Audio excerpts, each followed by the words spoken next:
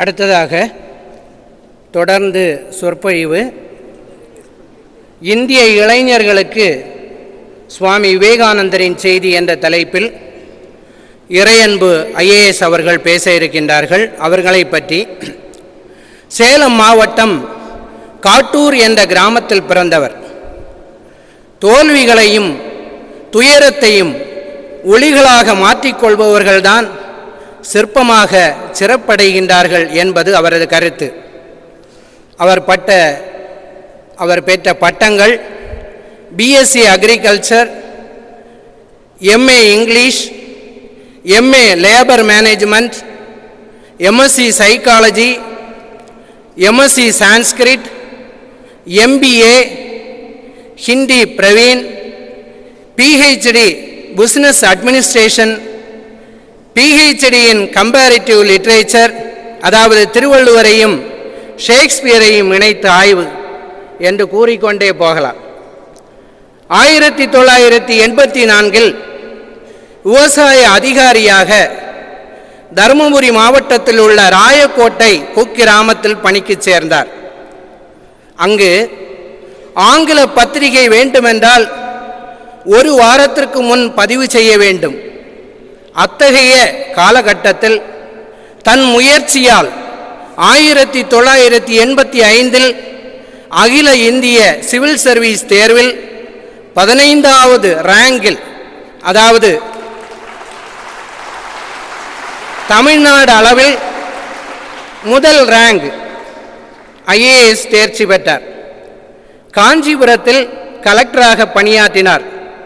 மேலும் தலைமைச் செயலகத்தில் பல்வேறு உயர் பதவிகள் வகித்துள்ளார். தற்போது principal secretary to the government of the Tamil Nadu state's personnel and administrative reforms department என்ற பகுதியில் தன்னுடைய சேவையை செய்து வருகின்றார். உண்மையான சேவை மூலம் மனித இதயங்களை சம்பாதித்துள்ளார். சிறந்த கவிஞர், நூலாசிரியர், சிறந்த எழுத்தாளர், கல்வியாளர், 30க்கும் மேற்பட்ட புஸ்தகங்களை தமிழ் மற்றும் ஆங்கிலத்தில் எழுதியுள்ளார்.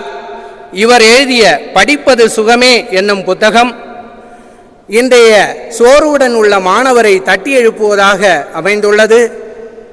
IAS படிக்கும் மாணவர்களுக்காக IAS தேர்வும் அணுகுமுறையும், IAS வெற்றி படிக்கட்டுகள் போன்ற புஸ்தகங்களை வெளியிட்டுள்ளார். இளைஞர்களுக்காக 300க்கும் மேற்பட்ட கூட்டங்களில் பேசியுள்ளார். 100 ஆங்கில கட்டுரைகள், 200க்கும் மேற்பட்ட வானொலி உரைகள் என சொல்லிக்கொண்டே போகலாம். இளைஞர்களுக்காக இவர் கூறுவது, தேடுதலை நிறுத்தி விடாதீர்கள். குறுக்கு வழிகளெல்லாம் நேர் வழிகளை காட்டிலும் நீளமானவை. வெற்றி என்பது நம்மீது எறிந்த கற்களால் எழுப்புகின்ற கோபுரம். சுயநலமற்றிருந்தால் ஜெயித்து விடுவோம் என்று பல்வேறு கருத்துக்களை இளைஞர்களுக்காக கூறியுள்ளார். அவரை வித்தியாலயத்தின் சார்பில், இளைஞர் முகாமின் சார்பில் வருக வருக வருக என்று வரவேற்று இந்திய இளைஞர்களுக்கு சுவாமி விவேகானந்தரின் செய்தி என்ற தலைப்பில் சொற்பொழிவு ஆற்றுமாறு அன்புடன் கேட்டுகின்றோம்.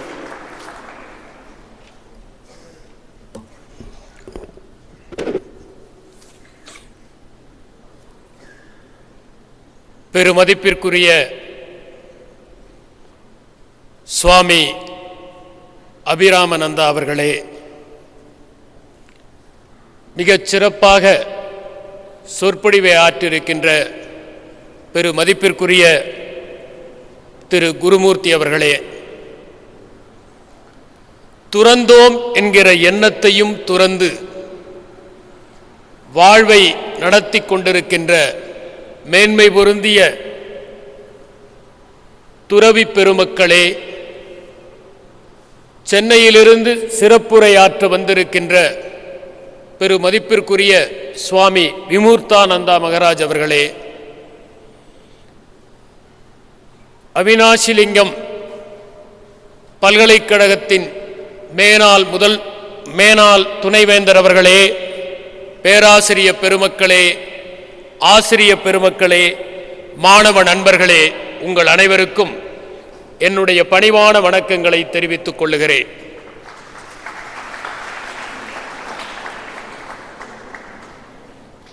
இந்தியாவின் இன்றைய இளைஞர்கள் வேகமாக இருக்கிறார்கள், திறமையுடன் இருக்கிறார்கள், ஆற்றலுடன் இருக்கிறார்கள்.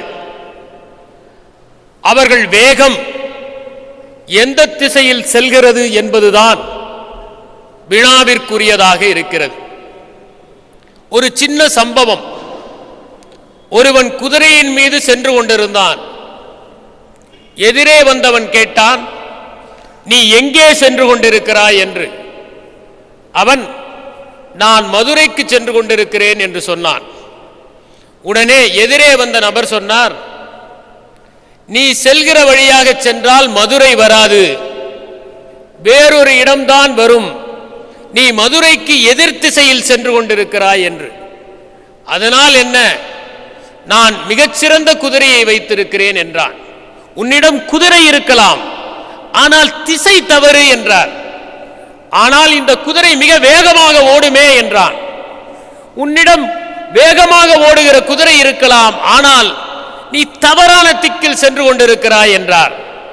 அப்போதும் அவன் ஒத்துக்கொள்ளவில்லை. அதைப் போல வேகம் இருந்தால் மட்டும் போதாது, எந்த திசையிலே நாம் சென்று கொண்டிருக்கிறோம் என்பதும் முக்கியம். ஒரு முறை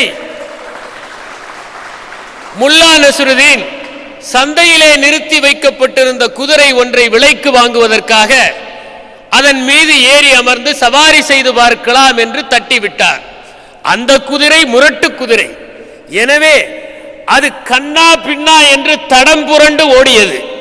எங்கே ஓடுகிறது என்று யாருக்கும் தெரியவில்லை, தலைதெறிக்க ஓடியது.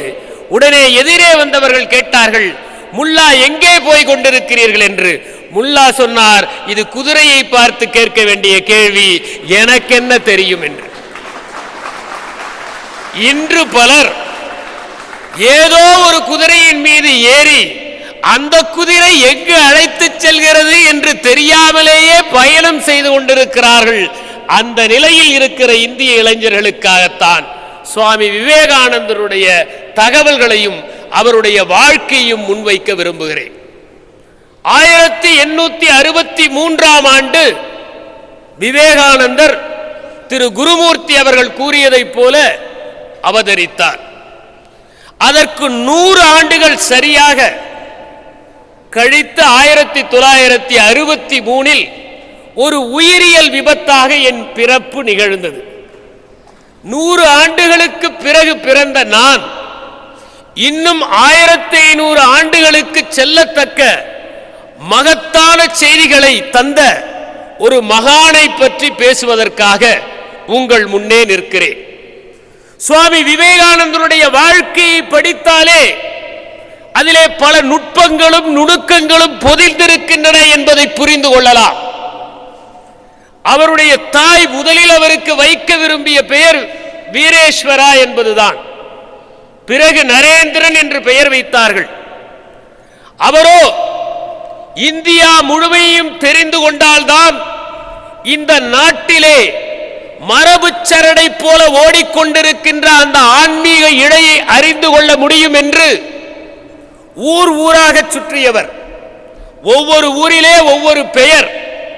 விதீஷானந்தா என்கிற பெயரோடு கூட இருந்தார். இந்தியாவை ஆங்கிலேயர்கள் தான் இணைத்தார்கள் என்று பெருமை பேசிக் கொண்டிருக்கிறோம் நாம். இந்திய மரபு என்பது எப்போதும் ஒன்றாகத்தான் இருந்தது. மாபெரும் பேரரசுகள் இருந்த போதெல்லாம் இந்தியா என்கிற நாடு ஒரு மாபெரும் வல்லரசாக திகழ்ந்து கொண்டிருந்தது.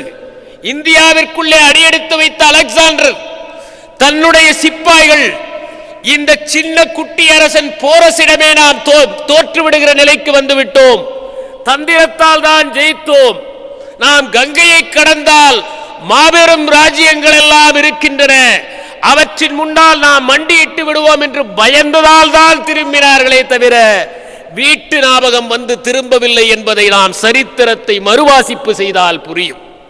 அதனால்தான் மிகப்பெரிய தளபதியாக இருந்த செல்யூக்கஸ் நிகேடர் சந்திரகுப்த மௌரியரின் முன் சங்கிலிகளால் பிணைக்கப்பட்டு நின்று எங்கள் மன்னர் உங்கள் போரசை மன்னித்ததைப் போல என்னை மன்னிக்க கூடாதா என்று மன்றாடினான் என்பதை சரித்திரம் பதிவு செய்து வைத்திருக்கிறது. ஆகவே இந்தியா என்பது மிகப்பெரிய நாடாக இருந்தது. இந்தியா செல்வம் மிக்க நாடாக இருந்தது. 17ஆம் நூற்றாண்டில் சராசரி இந்தியனுடைய தனி வருமானம் என்பது ஐரோப்பியாவில் இருக்கக்கூடிய இந்தியனுடைய ஐரோப்பாவில் இருக்கக்கூடிய ஒரு ஐரோப்பியனுடைய தனி வருமானத்தை விட அதிகமாகத்தான் இருந்தது என்பதை நாம் உணர வேண்டும். பழங்கால சரித்திர ஏடுகளை நாம் படிக்க வேண்டும். சுவாமி விவேகானந்தர் சொன்னார், நீங்கள் சரித்திரத்தை வாசியுங்கள். எதற்காக சரித்திரத்தை வாசிக்க வேண்டும்? ஹீரோடட்டஸ் இந்தியாவை பாருங்கள், அங்கே தங்கம் கொட்டி கிடக்கிறது என்று எழுதினார். துசிடிடஸ் சொன்னார், இந்தியா என்பது வளம் கொழிக்கும் நாடு என்று. அலெக்சாண்டர் அவனுடைய தந்தையிடம் சென்று சாம்பிராணியை கேட்டபோது, இது வருகிற நாடெல்லாம் கிழக்கில் இருக்கிறது, வா என்று இந்தியாவின் வரைபடத்தை காட்டி, இது என்னுடைய கனவு நாடு, என்னுடைய வாழ்நாளில் நான் இதை வெல்ல முடியாவிட்டால் நீயாவது வெல்ல வேண்டும் என்று குறிப்பிட்டான். பிளைனி எழுதினார், இந்த ரோமாபுரியின் செல்வம் முழுவதும் இந்தியாவிற்கே சென்றுவிடும் போல் இருக்கிறது. அங்கிருந்து வாசனை நறுமண திரவியங்களையும் அங்கே இருக்கக்கூடிய அத்தனை சொத்துக்களையும் இங்கே கொண்டு வந்து கொட்டுகிறார்கள். எனவே நம் செல்வமெல்லாம் அங்கே பறிபோகிறது என்று கவலைப்பட்டு எழுதினார். இந்தியாவிலிருந்து சென்றதுதான் அரிசி, இந்தியாவிலிருந்து சென்றதுதான் இஞ்சி. அரிசி என்கிற பெயர் தான் ரைஸ் என்கிற பெயர் வருவதற்கே காரணமாக இருந்தது. இப்படியெல்லாம் மிகப்பெரிய பாரம்பரியம் நம் நாட்டிற்கு இருந்தது என்றால் நம்மையும் அறியாமல் தேசிய கீதம் பாடுகிற போது நம் நெஞ்சம் நிமிர வேண்டும். அது மகத்தான பெருமையால், ஏதோ கடமைக்காக அல்ல, எல்லோரும் எழுந்து நிற்கிறார்கள் என்பதற்காக அல்ல. தேசிய கீதத்தை அனைவரும் ஒன்றாக சேர்ந்து பாடினால்தான் இனிமையாக இருக்கும். ஏனென்றால் அனைவரும் ஒன்றாக சேர்ந்தால்தான் தேசம் என்கிற ஒன்று உருவாகும் என்பதை நினைத்து பார்க்க வேண்டும். அதனால் வரலாற்றை வாசிக்கிற போது இந்தியா என்பது மிகச்சிறந்த நாடாக இருந்தது என்பதை நாம் தெரிந்து கொள்ளுகிறோம். இந்த நாடு ஏன் வீழ்ச்சி அடைந்தது என்பதை புரிந்து கொள்வதற்காக இந்த நாட்டின் மூலை முடுக்குகளில் எல்லாம் முதலில் பயணம் செய்தவர் சுவாமி விவேகானந்தர். அப்படி சென்ற இடங்களில் எல்லாம் அவருக்கு ஒரு பெயர். அப்படி பயணம் செய்த போது எல்லா இடங்களிலும் ஒரு மெல்லிய இழையாக நம்முடைய மரபு என்கின்ற ஒன்று அடிநாதமாக ஒலிப்பதை அவர் பார்த்தார்.